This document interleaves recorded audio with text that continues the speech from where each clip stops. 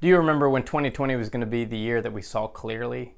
How many organizations used the pun of Perfect Vision 2020 as a way to cast a vision of new possibilities?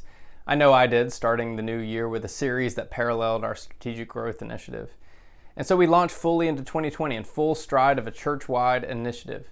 We had 10 teams considering how we might more effectively reach each age demographic represented within our church, growing the MDO, enhancing spiritual formation opportunities, and rethinking how we encounter new guests.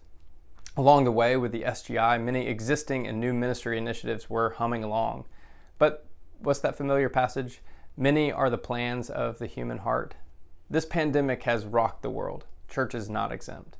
However, the bulk of UBC has remained faithful in participating and contributing their time, resources, relational capacity, and we've done our best to stay connected, even though it would be easy to give up. And I believe our authentic relational connections will springboard us into thriving post-pandemic. Before next arrives at our doorstep, we need to consider what it will look like and how we will embrace it together. Therefore, we're starting an opportunity for creative spiritual conversation to discern what's next. I'm calling it UBC Together After, bold faithfulness for discerning new beginnings. What is beginning to take shape is a creative think tank for members of the congregation and pastoral staff to engage in meaningful conversations about how we come together and prioritize our focus in the next year.